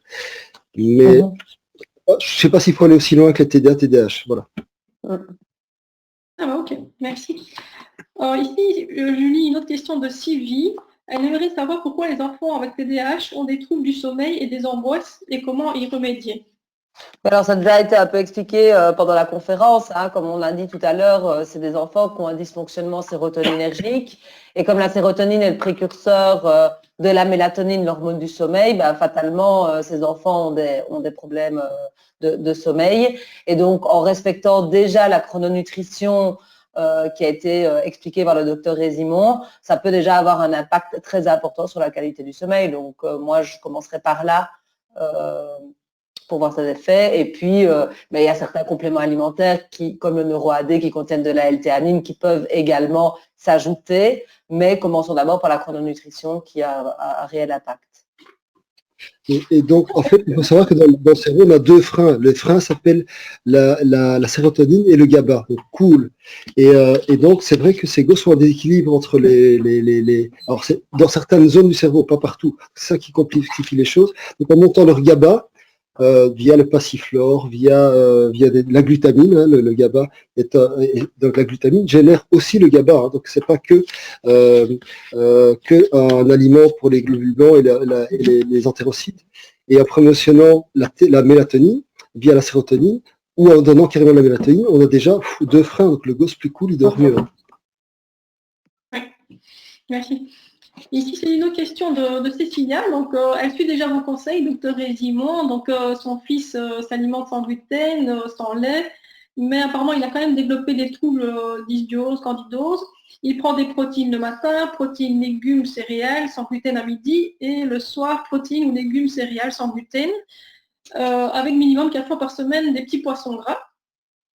Alors, elle demande s'il y a une origine environnementale, et ça, vous l'avez déjà évoqué. Et puis, elle demande aussi s'il pouvait y avoir une transmission d'une mauvaise flore familiale malgré une alimentation saine de la mère, puisque elle-même a une dysbiose avec problème hormonal non résolu au moment de la conception et de la naissance. Alors, moi je crois à ça, je crois qu'elle a raison. En fait, on hérite de la flore de sa maman, mais il faut savoir qu'en cas de dysbiose, donc nous, ce mot c'est mauvaise flore, le fait d'arrêter simplement les toxiques que sont gluten, polyneutrine, phosphate, ça suffit pas souvent. Et malheureusement, il faut aller plus loin, il faut aller parfois un pas plus loin. Il faut détruire la mauvaise flore et en remettre une nouvelle. Et donc, moi, j'hésite pas chez des gosses comme ça. Ça dépend un peu leur âge, mais à mettre un traitement d'argent colloïdal pendant quelques semaines, à dose adéquate, voir si le gosse est assez grand des huiles essentielles, d'origan, cannelle, parce que je me rends compte que, en gros, chez les adultes, j'ai une fois sur deux les gens qui viennent chez moi, écoutez, j'ai des photos de Facebook, j'ai suivi les conseils que vous m'avez envoyés après consultation suite à la réponse au questionnaire, j'ai déjà changé mon alimentation, j'en ai un sur deux qui dit c'est génial, j'ai plus de crampes, plus de ballonnement, plus de diarrhée, mes intestins, je sais pas quand on ne devait pas les sentir, je sens plus rien, mais j'en ai un sur deux, c'est pas le cas. Et donc à ce moment-là, il faut aller plus vers des traitements de destruction, il faut taper sur les mauvaises bestioles et en remettre des nouvelles en fait. Voilà. Mais c'est complexe, c'est pas si simple que ça, parce que ça dépend s'il y a des champignons, en fait, des levures, s'il n'y a pas de levure, c'est de la putréfaction, donc c'est pas standard le traitement. Je ne peux pas dire à cette dame, il faut faire ça chez votre gosse, il faut faire, il faut que j'interroge et il faut faire des tests de flore intestinale également. Et on peut espérer obtenir des résultats à ce niveau-là en combien de temps? Mais moi, quand j'ai un patient en dysbiose, en général, en 15 jours, c'est résolu. Donc le patient dit, j'ai disparition des signes cliniques qui sont crampes, ballonnement, diarrhée, constipation, et l'effet général se voit de 3 semaines, c'est rapide, hein, c'est rapide. Voilà. Okay. Mais parfois, il faut malheureusement utiliser des médicaments parfois. Voilà, type antimycotique, type antibiotique, type flagyl, enfin, voilà. Mais le plus anodin qui est, c'est l'argent colloïdal. On ne sait pas faire de temps à quelqu'un avec ce truc-là. Ok, merci. Une autre question ici de Martine. Martine, elle est maman d'un ado avec plusieurs malformations cardiaques et très lourdement opérée à plusieurs reprises dès la naissance. Et donc aujourd'hui, son ado est hyperactif et elle a l'impression que cela s'aggrave avec l'âge, malgré une alimentation très saine. Elle demande si est-ce qu'on peut établir un lien avec ces nombreuses opérations et les circulations extracorporelles à la naissance avec le TDAH. J'y vais. Bon, alors, mon idée, c'est la suivante. Donc, moi, j'ai quand même passé beaucoup de temps en salle d'op, un peu moins maintenant. Donc, en gros, pour se couvrir, quand on fait une intervention, on donne quoi? Et je le fais en tant qu'ORL. Je donne un one-shot ou parfois 2-3 jours d'antibiotiques. Parce que je voudrais surtout pas que mon patient fasse une septicémie, fasse un abcès de son nez, fasse un abcès de la gorge. Et donc, on se couvre dans les antibiotiques. Le problème, c'est qu'on détruit la bonne flore et parfois le patient le paye cher. J'ai parfois en tant qu'ORL des gens qui me disent j'ai pris l'antibiotique il y a 20 ans et puis là j'ai des ballonnements, j'ai des crampes dans le ventre. Et donc, il ne faut pas hésiter à faire ce qu'on appelle un restart de la flore intestinale. Alors de nouveau, ce restart, ça peut être argent colloïdal, ça peut être du Nigari, c'est le Nigari, ça peut être, il y a d'autres méthodes possibles, mais voilà, c'est possible que le gosse paye encore à l'heure actuelle ces nombreuses anesthésies avec chirurgie, avec antibiotiques de couverture. C'est possible. Ok, merci. Ici, je vais passer les questions 12 et 13. Je pense qu'on a déjà répondu à ces questions avec la présentation. Il y a la question de Audrey qui demande si on peut donner la mélatonine à un enfant de 8 ans, s'il y a des contre-indications ou quelles seraient les alternatives. Et elle demande aussi si on peut donner un œuf dur à un enfant de 8 ans tous les jours au petit déjeuner. Alors, pour l'œuf dur, oui, et pour la mélatonine, oui. Alors, ici à Bruxelles, il y a l'hôpital des enfants, donc je vois un peu ce que les collègues font. Et donc, j'ai des pédiatres, je dirais conventionnels, classiques, qui prennent la mélatonine à des petits-enfants, sans arrière-pensée. Il n'y a pas de souci. Mais de nous, il faut adapter les doses. Il ne faut pas donner du 3 mg comme un adulte. Il faut doser. Ok. Alors ici, pour Julie, une question de Karine. Son fils de 10 ans a été diagnostiqué il y a 2 ans. Il a de gros tics bruyants et omniprésents qui lui ont gâché la vie suite à la prise de Rilatine. Actuellement, elle le traite avec d'autres méthodes alternatives, ce qui a permis de faire diminuer ses tics. Et alors, elle a un extracteur de jus. Donc, et elle demande si c'est conseillé d'utiliser un extracteur de jus et éventuellement quelle association de fruits elle pourrait utiliser. Alors, moi, je n'utilise pas souvent l'extracteur de jus, je préfère les smoothies de manière générale. Donc, il faut toujours faire attention. Donc, les fruits, effectivement, c'est bien. Et comme on l'a dit, il faut prendre des fruits bio, évidemment, pour éviter les pesticides. Donc, de bien prendre des fruits bio. Et puis, il faut faire attention quand on mange des fruits et surtout des jus comme ça, au pic glycémique. C'est-à-dire que ça peut induire un pic glycémique important et des hypoglycémies réactionnelles qui vont induire une fatigue, qui peut induire de l'agressivité chez ces enfants et des fragales aussi. Et donc, c'est toujours important d'associer, quand par exemple on mange un fruit et de la chrononutrition, on explique, donc pas avant 16 heures, et de l'associer avec des bonnes graisses et des fibres. Donc du coup, moi je préfère les smoothies que les jus de l'extracteur, et c'est encore mieux limite de manger en fruits entiers et de les manger avec quelques oléagineux à côté, un petit bout de chocolat noir qui augmente également la quantité de tryptophane et qui sont sérotoninergiques, et donc ça peut être intéressant. Donc les fruits, oui, mais attention au pic glycémique et de toujours bien les associer avec des bonnes graisses et des fibres. Alors, concernant le CBD, donc il y a vraiment une toute nouvelle médecine qui naît actuellement autour du CBD. Les cannabinoïdes, c'est pas si simple que ça, c'est pas que donner du CBD à quelqu'un. Alors je vois chez les adultes des résultats spectaculaires pour des pathologies vraiment incroyables. Moi, tout ce qui marche, pour moi je prends. Donc je n'ai rien contre, je suis pour l'acupuncture, je suis pour l'homéopathie, je suis pour tout. Donc on me montre que ça marche sur le terrain. Et donc le CBD, moi quand un patient est sous CBD qu'il est content, je dis continuez votre CBD, c'est très, très chouette. Aucune expérience chez les gosses, donc je ne peux pas répondre. Voilà. Mais à mon avis, ça ne peut pas faire de mal parce qu'on n'a pas les effets récréatifs, évidemment, puisque c'est voilà. Mais voilà, donc pourquoi pas, je ne sais, mais pas d'expérience, je ne peux pas répondre. Ok, très bien, merci. Alors, une autre question ici de Amina qui demande si le TDA peut disparaître à l'âge adulte ou du moins peut-il être apprivoisé. Julie, tu souhaiterais? Oui. Déjà, ça va dépendre un peu des facteurs responsables de cette hyperactivité. Comme le docteur Résimon l'a dit, il y a des chimiques, neurologiques, et puis il y a l'alimentation qui peut jouer un rôle. Donc effectivement, si cette hyperactivité est due à une alimentation, ben, en rééquilibrant l'alimentation, on peut effectivement fortement diminuer les symptômes. Cependant, dans la littérature, on montre quand même que les symptômes du TDAH persistent chez les adultes jusqu'à 65% des cas. Cependant, et donc c'est plutôt encourageant, 60% d'entre eux ont mis en place des moyens de compensation qui leur permettent d'avoir une vie correcte, tout à fait normale. Donc voilà. Ok, merci. Et une autre question, c'est la maman de Elliot. Son fils de 12 ans est TDAH et autiste de haut niveau. Il aime tout ce qui est sucré et il refuse beaucoup d'aliments. Elle demande comment faire pour l'amener à un changement d'alimentation en douceur.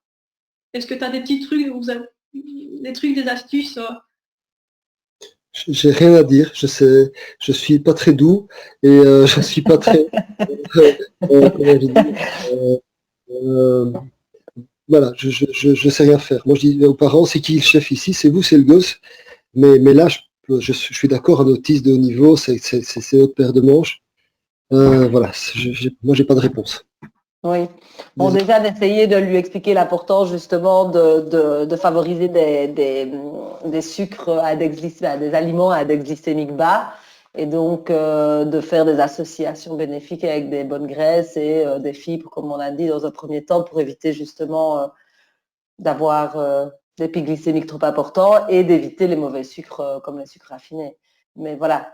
L'idéal, c'est d'aller dans la chrononutrition et donc ces envies sucrées diminueront si, si l'enfant respecte justement cette chrononutrition. Ok, merci. Il reste encore 4 questions, on a bientôt fini. Donc ici, c'est une question de Vanessa. Elle souhaite aborder le sujet 10, donc, parce que le trouble de l'attention est aussi la conséquence souvent d'un trouble dysphasique. Dans son cas, son fils de 7 ans, dyspraxique visio-spatial, avec trouble de l'attention et donc avec problème de balayage visuel défaillant. Elle lui donne le NeuroAD, le Cognibac depuis 3 mois, l'alimentation selon les conseils du docteur Vésimon, et elle ne voit pas de réelle amélioration. Et donc, est-ce que vous auriez des conseils peut-être plus poussés pour l'aider? Alors c'est vrai qu'il y a une association entre les troubles d'attention, TDA, TDAH et d'autres pathologies, je dirais, qui sont les dyspraxies, qui sont la dépression pour certains, qui sont les troubles du sommeil, qui sont des associations multiples. Et malheureusement, je crois que moi je suis un prescripteur de séances de rééducation logopédique pour justement ces problèmes de dyspraxie, de dysphasie, etc. Mais c'est pas mon domaine, donc je ne sais pas répondre, je ne sais pas quoi faire d'autre pour aider ce gosse, à part d'aller chez un professionnel de type logopède qui est pointu là-dedans, qui peut l'aider, faire une rééducation. C'est comme le bégaiement, hein, donc il y a toutes les techniques de rééducation, mais je ne connais pas. Je sais que ça existe, mais je ne connais pas. Ok, merci. Ici, donc, une autre question de Samantha. Samantha, son fils de 10 ans a des troubles de la concentration et de l'attention sans hyperactivité. Il a une alimentation qui exclut le gluten, le lactose, qui a nettement amélioré son état déjà. Il se décrit lui-même plutôt heureux, avec un cerveau plus réactif pour les maths. Elle a cependant des questions. Donc, la première concerne la constipation récurrente depuis la mise en place de cette alimentation, malgré les légumes à chaque repas. Elle a essayé de lui donner du psyllium et du pruneau, mais il n'arrive pas à avaler. Donc, peut-être des conseils pour agir sur la constipation. Et l'autre question concerne le besoin de détoxification de l'organisme. Elle demande ce qui peut être utilisé et quel complément puis-je utiliser pour le complémenter en zinc, glutamine, vitamine B, parce que son enfant est très anxieux. La constipation, de nouveau, c'est comme la baisse de fer. Pourquoi? Ça peut être un manque de fibres. Moi, j'adore le psyllium. Certaines personnes ne savent pas l'avaler parce qu'ils trouvent ça colle aux dents. Mais non, ça existe en gélule. Hein, il y a moyen de mettre en gélule. Il y a des films qui le font. La même chose avec des extraits de pruneaux, etc. Maintenant, une des causes principales dans ma connaissance de constipation, c'est le manque de magnésium. C'est assez typique. Et là, il ne faut pas hésiter à aller vers des citrates qui sont très déconstipants et pas rester sur des formes phosphate, etc. L'acétyltaurinate, je ne sais pas quel effet il a sur la constipation, en tout cas les citrates déconstipent. Donc on met des citrates dedans, il ne faut pas hésiter à monter les doses. Et une dernière cause de constipation, c'est l'hypothyroïdie, tout simplement. L'intestin est ralenti, il est paralysé, on ne digère pas, l'estomac gonfle après le repas, on ne va pas à la toilette, et donc les aliments stagnent dans l'intestin et ça induit une prolifération, un SIFO ou un SIBO. Et alors des très rares cas de lycocolon sont des gens qui ont des intestins trop longs, mais c'est rarissime. Donc je dirais si ce gosse n'était pas constipé avant, il l'est maintenant. Je sais pas si tu trouver la solution, quoi. Mais voilà.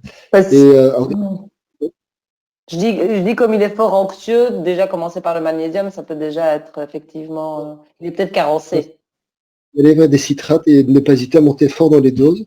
Et alors, le détoxification, mais il faut savoir qu'on a actuellement une épidémie de foie gras, de NASH syndrome, chez des jeunes, des ados, qui ne picolent pas, qui ne boivent pas de soda non plus, parce qu'on dit à la maladie des sodas, mais il n'y a pas que ça. Et ce sont des personnes qui sont hypothyroïdiennes. Donc l'intestin est au ralenti.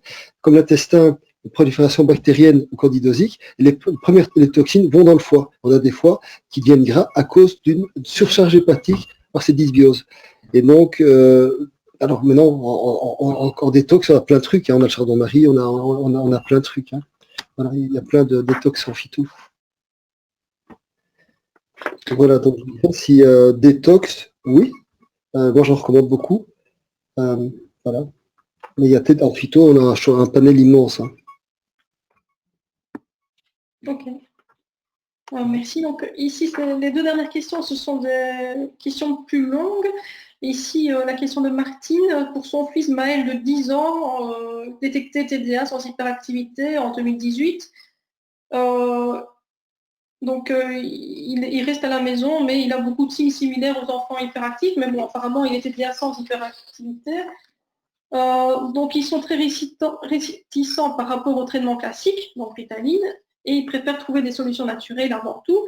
Son temps de concentration est d'environ 20 minutes, pendant lesquelles il peut être très brillant, et tout d'un coup, nous nous retrouvons avec un autre enfant qui ne comprend plus rien à l'exercice qu'il faisait très bien quelques secondes auparavant.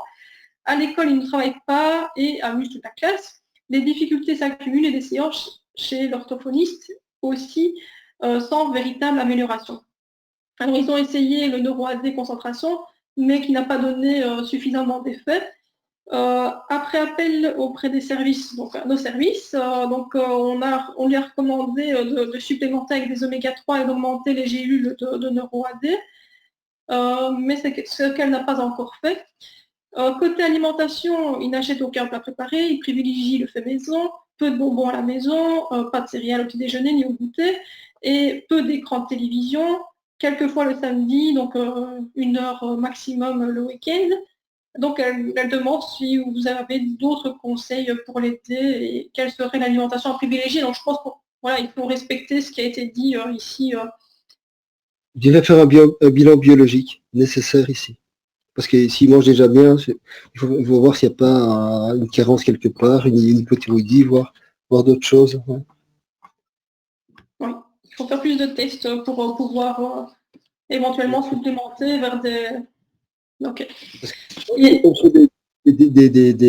Alors, encore quelques jours, je tombe sur quelqu'un qui a une énorme déficience en iode, il mange des algues de temps en temps. Alors, pourquoi il a besoin de plus d'iode que quelqu'un d'autre, j'en sais rien. Donc voilà. C'est pas parce qu'on mange bien qu'on n'est pas carencé, c'est ça qu'il faut comprendre. Oui, tout à fait. Et la dernière question, c'est une question de Laurence pour son fils de 20 ans qui souhaite être reconnu TDAH. Son cursus a été très compliqué, il a passé son bac, il l'a eu, il se dit aujourd'hui dépressif, il est plutôt apathique, une vie sociale réduite, pas de projet depuis 1 an et demi. Je suis sa maman et lorsque j'étais enceinte de mon fils, j'étais déjà atteinte d'hypothyroïdie, d'Hashimoto, donc une grossesse mal accompagnée par son endocrino. Donc sa maman, elle a 50 ans, elle n'est pas en très grande forme, épuisement. Elle effectue des changements alimentaires pour améliorer sa santé, sans gluten, sans lactose. Ils vivent à la campagne et consomment au maximum de produits biologiques. Ils produisent eux-mêmes leurs légumes et cuisinent eux-mêmes leurs propres plats. Elle essaye d'emmener son fils vers cette voie aussi, Mais les choses ne sont pas aussi faciles que cela. J'ai besoin de pistes et d'arguments bien étayés de votre part pour lui faire prendre conscience qu'il peut s'en sortir et améliorer son état. Mais est-ce que, à part lui faire Qu'il écouter écoute cette... la conférence et puis qu'il lise le livre aussi sur l'approche nutritionnelle. Par contre, sur tout le volet, parce que c'est long sa question, sur le volet hypothyroïdie d'Hashimoto, peut-être que le docteur Résimon, ça c'est plus sa spécialité, mais voilà, parce qu'elle n'a pas l'air non plus elle n'a pas l'air d'être en forme, sa maman non plus, finalement, donc il faudrait peut-être rechercher aussi. Non, parce qu'il a 20 ans, il n'y a pas d'Hashimoto, hein, il y en a aussi chez les hommes, parfois chez des jeunes, et je suis effaré de voir depuis déjà une dizaine d'années des maladies auto-immunes de type polyarthrite, Hashimoto, lupus et autres arriver chez des jeunes de 20, 25, 30 ans, alors qu'avant c'était plutôt des personnes âgées qui avaient ça. Et ils les cumulent, ils en font une, puis ils en font deux, puis ils en font trois. Donc parce que les causes sont les mêmes. L'auto-immunité démarre dans l'intestin, est favorisé, explosé par un manque de vitamine D, ou peut-être que ce gosse, bêtement, il manque de vitamine D, il lui manque quelque chose. Donc ça montre un bilan biologique complet, un petit fonctionnel, ça c'est clair. Mais c'est le genre de patient que j'ai plusieurs fois par semaine, et on les tire d'affaire assez facilement, qu'on trouve tout ce qui manque. Alors maintenant, je peux dire aussi quelque chose, j'ai des jeunes de 20 ans qui sont déjà en manque de DHA, en manque de testo, qui ont des surrénales épuisées, manque de cortisol, ça arrive, hein, donc c'est pas que de nouveau des personnes de 50-60 ans qui ont ces problèmes hormonaux. Maintenant, de plus en plus de jeunes sont en carence hormonale par blocage des glandes endocrines, par la pollution, par les endocriniens, par tout ce qu'on veut. Hein. Ok. Ouais, merci. Voilà, vous avez répondu à toutes les questions ici. J'espère qu'on n'a oublié aucune question. Ben, je vous remercie tous les deux d'avoir fait cette conférence. Merci. Et ben voilà, donc c'est terminé.